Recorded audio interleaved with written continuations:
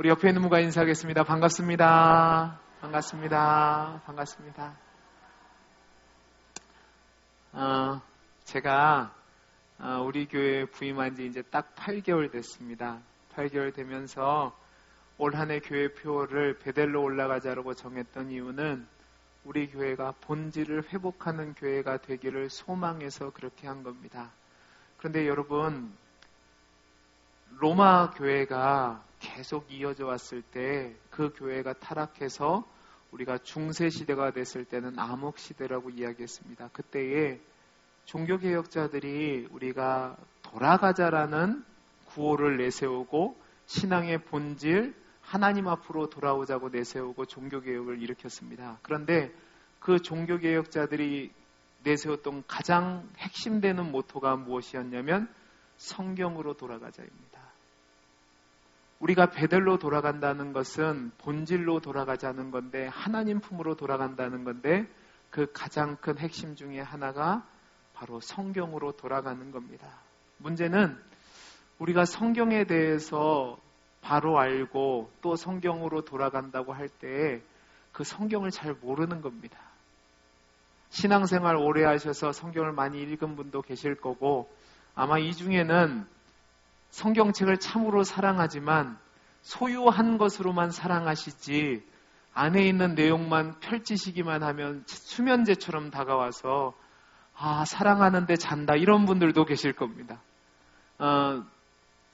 그런 상황 속에서 제가 어떻게 하면 여러분들을 좀 더 성경에 가까이 할 수 있을까 고민을 하다가, 제가 앞으로 오후 예배 시간, 저에게 시간이 주어지면 앞으로 2년이 될 수도 있고 3년이 될 수도 있지만 매 주일 저녁마다 성경을 한 권씩 창세기부터 요한계시록까지 길면 3-4주가 될 수도 있고 짧으면 1주가 될 수도 있고 전체를 개관하는 시간을 가지려고 합니다. 왜냐하면 여러분들이 그냥 성경을 읽으면 산으로 갈 확률이 높기 때문에 그렇습니다. 이 얘기가 도대체 무슨 얘기인지 모르고 큰 맥을 모르다 보면 성경이 얘기하는 뜻과 다른 의미로 나아갈 수 있어서 제가 여러분에게 목사로서 성경을 어떻게 읽는 것이 바른 것인지에 대해서 도움을 드리려고 합니다. 그래서 여러분들이 성경을 읽을 때 이런 관점에서 성경이 쓰여졌구나, 이런 관점으로 읽으면 되는구나, 창세기는 이렇고 요한계시록은 이렇구나, 여러분이 머릿속에서 그림을 그리실 수 있도록 여러분에게 말씀을 전하려고 합니다. 그 중에서도 이제 오늘과 다음 주 2주 동안은 성경의 각 권에 들어가기 전에서 성경 전체 큰 틀 속에서 신약 성경과 구약 성경을 어떻게 이해해야 되는지, 그 구약 성경과 신약 성경이 어떤 이야기를 하고 있는지에 대해서 밑그림을 그려드리도록 합니다. 여러분들은 성경에 대해서 어떤 입장을 갖고 계십니까? 제가 질문을 드리는 겁니다. 성경은 수천 년 동안 이어져 내려왔습니다. 그런데 예수님이 오시기 전까지만 해도 성경은 이스라엘 백성에게만 율법으로 주어진 책이었습니다. 그런데 예수님이 오신 뒤에 신약의 많은 저자들이 신약 성경까지 저술하게 되었고 신구약 성경 66권으로 우리에게 수납되어졌습니다. 그런데 성경의 역사를 가만히 보면 모든 사람들이 성경을 기쁘게 받아들이지는 않았습니다. 대부분의 사람들이 성경에 대해서 좋지 않은 감정을 드러냈습니다. 18세기에 유명한 프랑스 출신의 인문주의자인 볼테르는 성경이 100년 안에 없어질 거라고 예견을 했습니다. 그리고 어떤 분들은 성경은 신화라고 이야기한 분도 있었고, 어떤 분들은 성경이 점차적으로 그 의미를 상실한 채 그 성경의 내용이 무시되어질 거라고 얘기하기도 했습니다. 예를 들어서 소련 정부는, 구소련이죠, 외국어 사전을 편찬할 때 성경을 뭐라고 정의를 내렸냐면, 교회는 성경을 성스러운 책으로 인정하지만 서로 모순되고 여러 시대에 걸쳐 기록되고 역사적 오류로 가득 찬 다양한 전설들을 모아놓은 책이라고 이야기했습니다. 지금은 과학이 발전되면서 이 사상이 좀 더 발전되어서 성경에 나오는 모든 내용들을 사실이 아니라 신화, 거짓이라고 이야기하면서 우리가 사실로 돌아가자는 역사 실증주의라는 철학에 입각해서 성경의 내용을 벗기자고 얘기합니다. 그래서 심지어는 예수님에 대해서 얘기할 때 신화적인 예수가 아닌 역사적인 예수를 만나자고 얘기합니다. 그 선봉에 선 사람이 누구냐면 여러분이 존경에 맞지 않는 슈바이처입니다. 이 슈바이처라는 사람을 우리가 볼 때는 좋은 사람, 그 사람은 목사였고 의사였는데 모든 영예를 버리고 선교사로 나가서 복음을 증거했다. 아니요. 슈바이처가 얘기하는 예수는요, 동정녀 탄생을 부인했습니다. 그리고 그 예수는 하나님의 아들로서 예수가 아니라 인간 예수였습니다. 지금도 수많은 자유주의 신학자들이 성경의 내용이 허구라는 것을 밝히기 위해 애쓰고 있습니다. 논문을 보면 신구약 성경에 대한 그 주석을 하는 성경신학자들의 논문을 보면 지금도 통계에 따르면 8대2로 나뉩니다. 8대2로 나누는데 뭐가 8인 줄 아세요? 성경의 내용이 허구이고 성경이 잘못되는 것을 밝히는 게 8이고 성경이 진짜라고 얘기하는 게 2밖에 되지 않습니다.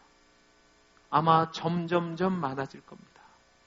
그런데 이와 같이 성경에 대한 반대되는 생각을 가진 사람들도 있지만 성경을 사랑하는 사람들도 많이 있었습니다. 어떤 분들은 성경이 나의 삶을 변화시켰다고 이야기하는 분도 있고 어떤 분들은 성경에서 하나님을 찾기 위해서 헤맨다는 분도 있고 성경의 기자들은 성경을 읽을 때 이 성경의 내용이 뭐보다 더 달다고 얘기하죠? 꿀송이보다 더 달다고 얘기합니다. 칸트라는 사람은 뭐라고 얘기했냐면 내게는 지금까지 읽은 어느 책보다 성경 한 구절이 더 힘이 된다라고 이야기를 하였습니다. 그리고 제가 얼마 전에 한 다큐를 봤는데 북한에 있는 지하교회 성도들이 신앙생활을 하는 것에 대한 다큐를 봤습니다. 여러분 그거 아세요? 북한에는 성경을 갖고 있지 않으니까 이분들이 성경을 어떻게 갖고 있냐면 종이에다가 쪽봉을 갖고 난 걸 쓰는 겁니다. 그런데 그 쓴 성경책도 닳고 닳아서 헤어져 있어요. 놀라운 사실은요, 이분들이 성경을 대할 수 없으니까 그 성경을 다 외운 겁니다. 근데 언제적 단어로 외웠냐면 해방 이전의 단어로 외우신 겁니다. 여러분 생각해 보십시오. 70년 동안 성경이 없다 보니까 그 성경의 내용을 잊을만도 한데 베끼고 또 베끼고 또 베껴서 그 70년 전의 내용으로 외우고 계신다는 사실입니다. 그뿐만 아닙니다. 성경 말씀을 통해서 변화되고 그 성경 말씀 때문에 힘을 얻고 용기를 얻고 살아가는 사람들이 지금도 많이 있습니다. 그런데 안타까운 것은요, 많은 사람들이, 여러분들을 포함해서입니다. 많은 사람들이 성경을 좋아하고 사랑한다고 하는데 구입하는 것 자체에만 만족을 하고 성경의 내용과는 상관없는 삶을 살 때가 굉장히 많이 있습니다. 그래서 많은 분들이 지금 이 시대를 뭐라고 얘기하냐면 성경 문맹의 시대라고 얘기합니다. 무슨 시대라고요? 성경 문맹의 시대라고 얘기합니다. 제가 청소년 사역을 했다고 그랬잖아요. 우리 청소년 사역자들에서 농담 삼아서 했던 말이 있습니다. 한번 들어보시기 바랍니다. 어느 날 담임 목사님께서 중등부 아이가 하나가 지나길래 그 아이를 붙잡았습니다. 근데 그 아이가 누구냐면 집사님 아들이었습니다. 그래서 걔한테 얘야, 여리고성은 누가 무너뜨렸는지 아냐? 라고 물어봤습니다. 그랬더니 이 아이가 심각하게 목사님 제가 안 그랬는데요. 왜 저를 의심하세요? 저는 그런 적이 없어요 라고 얘기했답니다. 저는 정말 나쁜 짓 하는 애가 아니에요. 그랬더니 목사님이 이걸 어떻게 해야 하나 해서 그 아이 담임선생님을 불렀답니다. 담임선생님을 불러서 선생님, 저 아이가 여리고성이 누가 무너뜨리냐고 물어봤더니 자기가 하지 않았답니다. 그랬더니 이 선생님이 담임 목사님을 향해서 뭐라고 얘기한지 아십니까? 목사님, 저 아이 말을 믿어야 됩니다. 저 아이는 절대로 거짓말할 애가 아닙니다. 그 애는 문제를 일으킬 애가 아니에요. 그렇게 얘기를 했답니다. 그래서 이 목사님은 어찌할 바를 몰라다가 지나가던 부장장로님을 불렀답니다. 부장장로님을 불러놓고 이렇게 얘기했답니다. 학생과의 얘기를 얘기하고 담임 선생님이 얘기를 했더니 이 장로님이 뭐라고 얘기하신지 아십니까? 목사님, 제가 당회를 열어서 빨리 이 문제를 해결해서 교회에 해가 없도록 하겠습니다. 여러분 웃으시죠?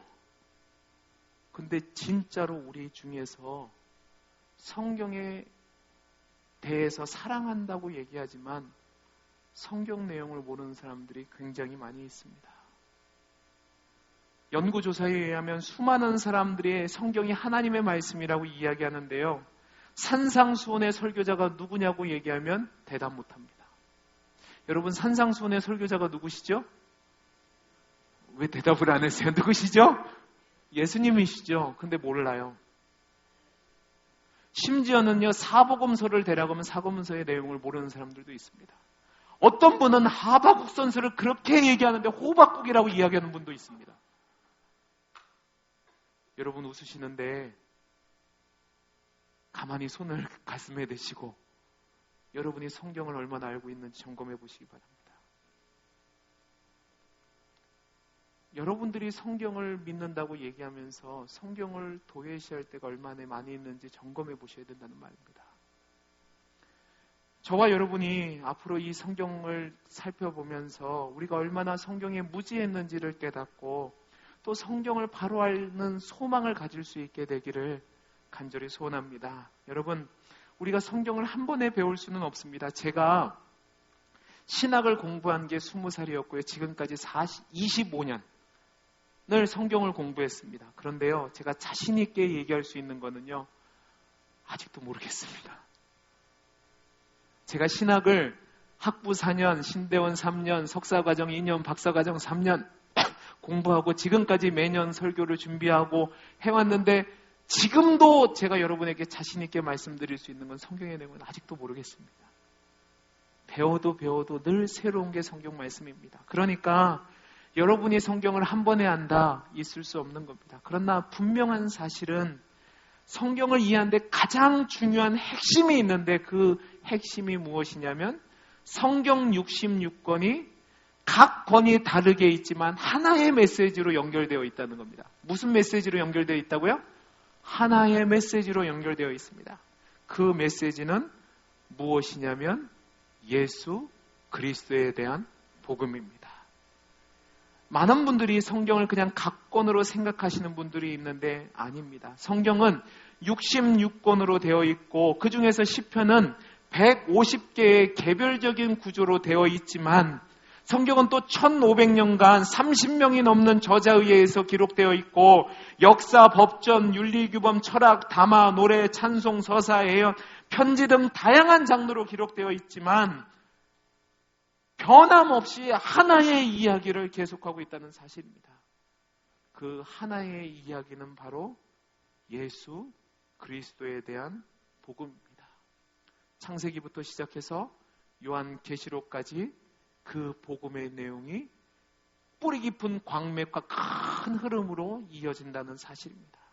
오늘 우리가 읽은 본문에서 그 얘기를 하고 있는 겁니다. 우리 히브리서 1장 1절에서 3절까지 말씀을 같이 한번 읽어보겠습니다. 같이 읽겠습니다. 시작. 옛적의 선지자들을 통하여 우리 조상들에게 말씀하신 하나님이 이 모든 날 마지막에는 아들을 통하여 우리에게 말씀하셨으니 이 아들을 만유의 상속자로 세우시고 또 그로 말미암아 모든 세계를 지으셨느니라. 이는 하나님의 영광의 광채시요 그 본체의 형상이시라. 그의 능력의 말씀으로 만물을 붙드시며 죄를 정결하게 하는 일을 하시고 높은 곳에 계신 지극히 크신 이의 우편에 앉으셨느니라. 아멘. 여러분, 히브리서 기자가 성경의 처음을 시작하면서 뭐라고 얘기하냐면 옛적에 선지자들을 통하여 여러 부분과 여러 모양으로 말씀하신 하나님이라고 얘기합니다. 여러분, 옛적에 선지자들을 통해서 여러 부분과 여러 모양으로 말씀하신 이 내용이 무엇이냐면 구약성경입니다.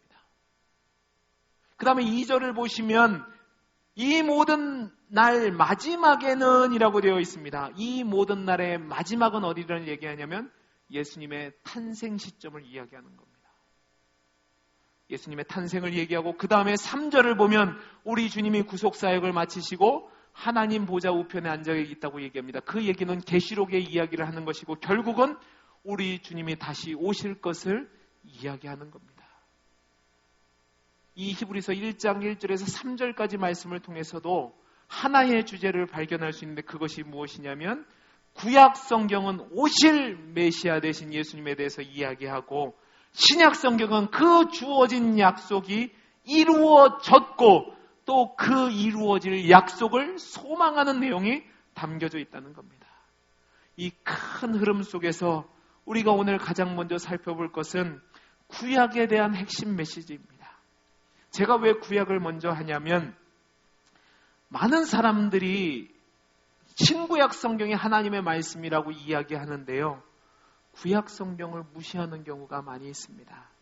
여러분 2세기 마렵에 마르키온이라는 사람이라고 불릴 수도 있고 말시온이라고도 불리우는 사람인데 이 사람이 누구냐면 이단입니다. 이 말시온과 그를 따르는 추종자들은 뭐라고 얘기하냐면 구약 성경은 성경이 아니라고 제외했습니다. 그리고 신약 성경 중에서도 누가복음과 바울서신 10권만을 성경으로 인정하고 나머지는 성경이 아니라고 했습니다. 교회는 그와 그의 추종자들 이단이라고 정죄를 했습니다. 근데 문제는 제가 여러분에게 질문을 드리겠습니다. 여러분 성경이 하나님의 말씀으로 믿으시죠? 아멘 하셨습니다. 근데 여러분들 구약의 하나님이 좋으십니까? 신약의 하나님이 좋으십니까? 심각한 고민에 빠지시는 분들이 진짜로 많이 있습니다. 여러분 이게 농담이 아니고 많은 사람들이 구약 성경에 대해서 아브라함이나 이삭이나 야곱이나 다윗이나 모세나 히스기야나 엘리야나 다니엘 같은 사람들을 통해서 자기 자녀들이 그런 위대한 믿음의 사람이 되었으면 좋겠다고 이야기하기도 하고 어떤 분들은 시편을 통해서 감동을 받기도 하고 어떤 분들은 그 말씀이 힘이 된다고 얘기하지만 많은 성도님들이 신구약 성경이 하나님의 말씀이라고 이야기하면서도 구약 성경을 무시할 때가 굉장히 많이 있다는 사실입니다. 이유는 여러 가지가 있을 수 있지만 첫째는 내용이 어렵습니다. 내용이 어렵고 두 번째는 우리 역사가 아니라고 생각하는 겁니다. 이스라엘 사람들에게 나타난 역사니까 나와 상관이 없다고 얘기하는 겁니다. 세 번째는 뭐냐면 구약에 나타나는 하나님이 신약에 나타나는 하나님과 다르다는 겁니다. 구약에 나타나는 하나님은 무서운 하나님, 엄격한 하나님, 징벌의 하나님이고 신약에 나타나는 하나님은 사랑의 하나님, 위로의 하나님, 평안의 하나님이니까 구약의 하나님은 싫다는 거죠. 여러분 그건 잘못 알고 계신 겁니다. 예수 그리스도의 인격과 사역의 배경이 구약 성경 안에 있습니다. 구약 성경 안에는 하나님의 창조 사역과 인간에 대한 타락과 하나님에 대한 타락과 죽음에 일어난 죄의 결과와 하나님의 특별한 백성의 선택과 하나님이 율법을 주시는 내용과 하나님 백성의 역사와 다른 민족에 대한 하나님의 역사들이 다 담겨져 있습니다. 그 내용을 통해서 우리에게 주는 것이 무엇이냐면 이 모든 날의 마지막에는 누가 오신다는 거예요? 예수님이 오신다는 거죠. 그 예수님을 바라보게 하는 내용이 구약 성경이라는 말입니다. 신약의 모든 서신들이 구약 성경을 근거로 하고 있고 역사에 나타난 하나님의 목적을 이해하기 위해서는 구약 성경에 나타난 이스라엘 백성에게 역사하신 하나님의 삶을 살펴보셔야 되고 그 구약 성경의 흐름을 이해해야지만 신약을 제대로 이해할 수 있습니다. 오늘은 시간 관계상 구약을 보는 세 가지 관점만 말씀을 드리겠습니다. 이 그림을 가지시고 구약 성경을 대하시면 되겠습니다. 첫째는 뭐냐면 구약은요 특별한 역사를 담고 있다는 겁니다. 뭐를 담고 있다고요? 특별한 역사를 담고 있습니다. 여러분 구약계는 천지를 창조한 내용이 담겨져 있습니다. 맞죠? 그리고 인간의 타락의 역사가 담겨져 있습니다.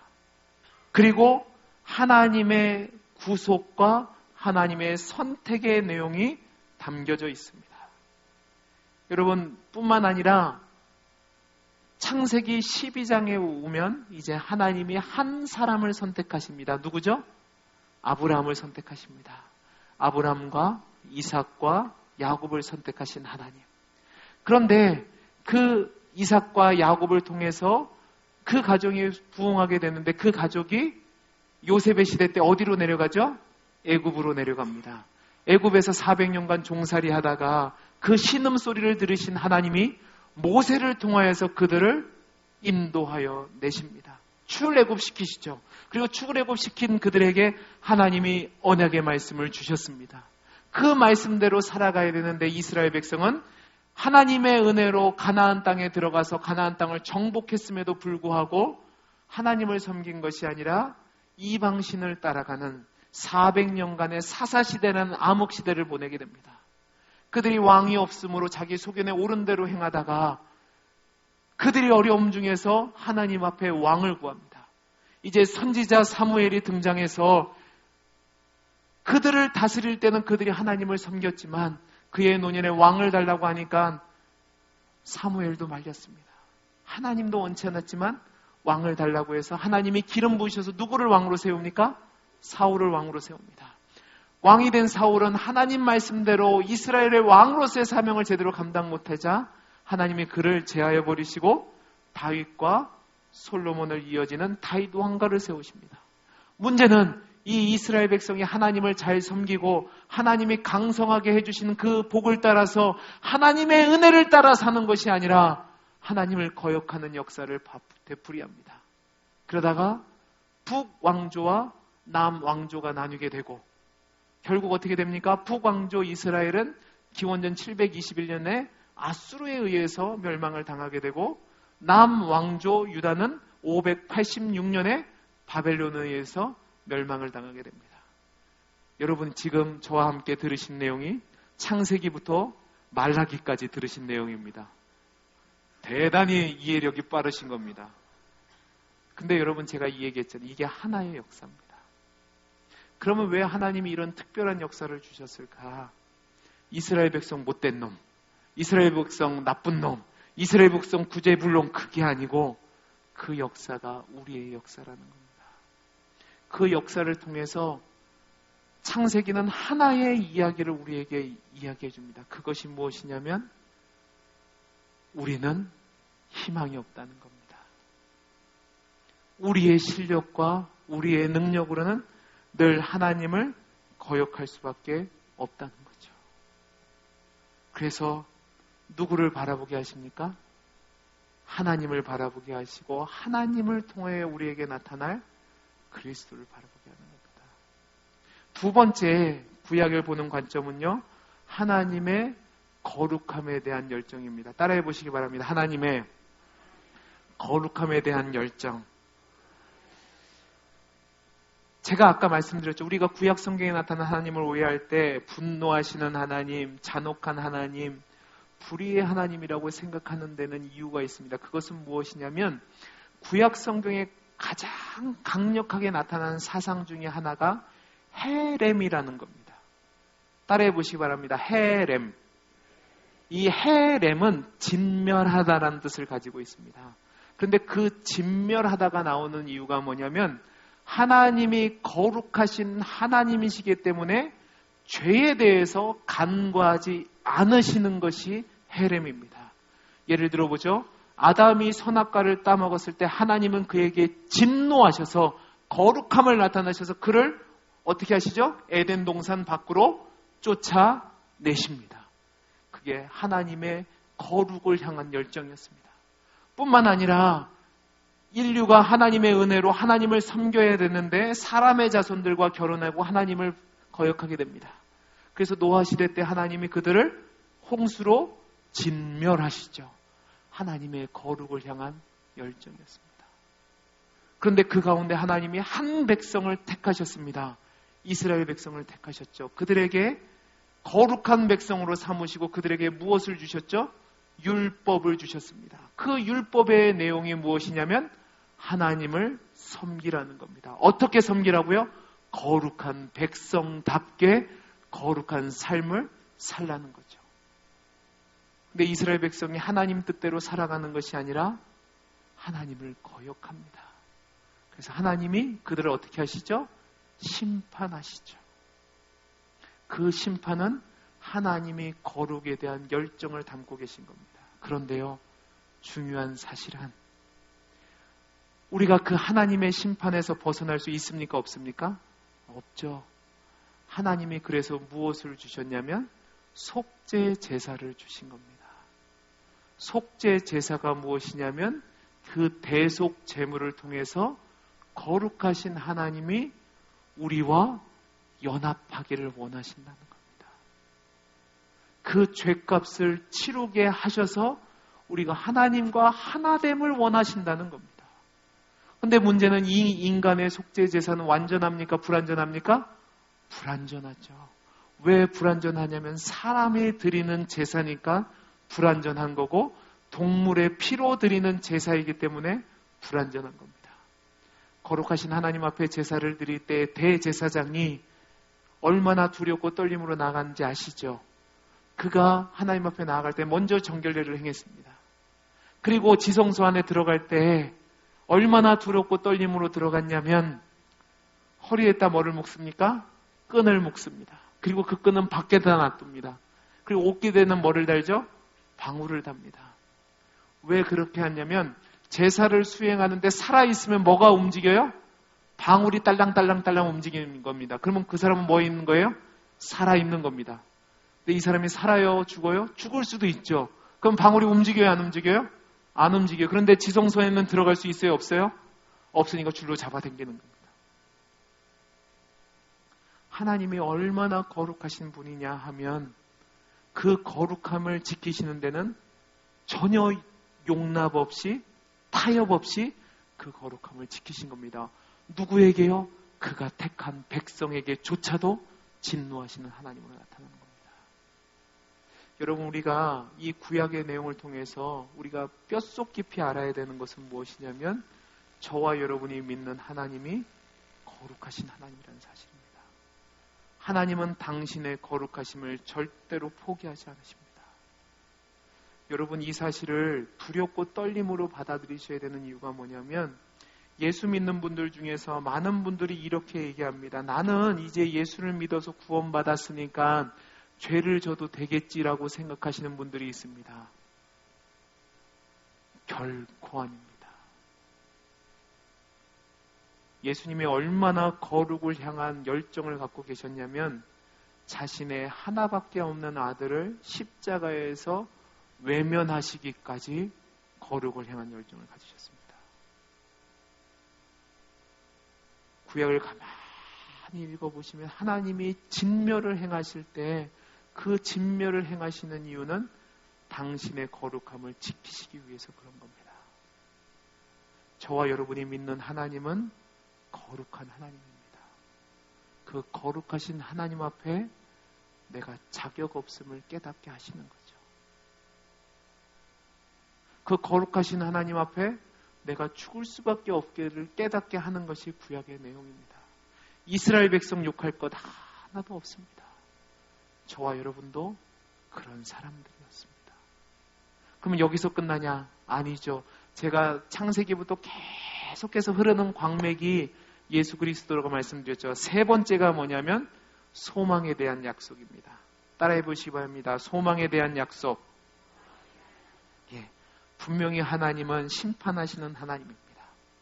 거룩하고 공의로우신 하나님인데 죄에 대해서는 단호한 처벌을 하시는 하나님이신데 그러나 구약에 나타난 하나님은 그럼에도 불구하고 자비와 긍휼과 사랑으로 심지어는 원수까지 사랑하시는 하나님으로 우리에게 나타납니다. 그 사랑의 하나님을 통해서 누구를 바라보게 하시냐면 예수를 바라보게 하시는 거죠. 자, 보세요. 아담이 범죄했습니다. 여러분이 하나님이시라면 아담을 살려두시겠습니까? 끝장내고 다시 시작하시겠습니까? 솔직하게 이야기하시기 바랍니다. 그냥 저는 어땠을 것 같으십니까? 에? 끝장낸다고 왜 저를 그렇게 보십니까? 저 그런 사람 아닙니다. 근데 잘 보세요. 우리가 보았을 때는 끝장내고 시작하는 게 맞습니다. 네, 하나님은 아담과 하와에게 약속을 하십니다. 여자의 후손을 약속하시죠. 징계 가운데서도 가죽 옷을 입히시는 은혜를 베푸신다는 말입니다. 그죠? 그 다음에 노아의 홍수 때에도 차라리 다 쓸어버리고 끝내면 되는데 누구 하나를 살려두세요? 노아 하나를 살려둡니다. 근데 그를 어디 또 들여보내세요? 방주에다 들여보내시죠. 그죠? 이스라엘 역사가 하나님을 계속 거역합니다. 그때마다 하나님은 하나님의 사람들을 보내서 그럼에도 불구하고 포기하지 않는 하나님의 사랑을 보여줍니다. 가장 대표적인 게 제사라고 말씀드렸잖아요. 그 제사는 하나님의 그럼에도 불구하고의 사랑입니다. 그 사랑을 통해서 우리에게 보여주시는 것이 무엇이냐? 너희에게는 소망이 없다. 그러나 내가 너희의 소망이 되어주겠다. 내가 너희의 소망이 되어줄 건데 내 아들을 너희에게 주겠다 하는 것이 구약의 내용이라는 말입니다.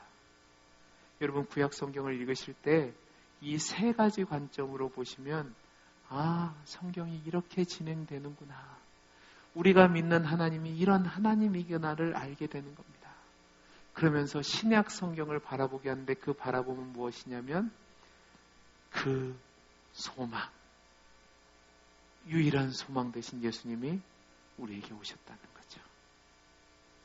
우리가 다음 주에는 그 내용을 살펴볼 겁니다. 말씀을 마치겠습니다. 여러분은 성경을 어떻게 대하십니까? 저는 우리 동원교회가 올 한 해 성경을 읽는 것과 기도하는 붐이 일어날 수 있기를 간절히 소원합니다.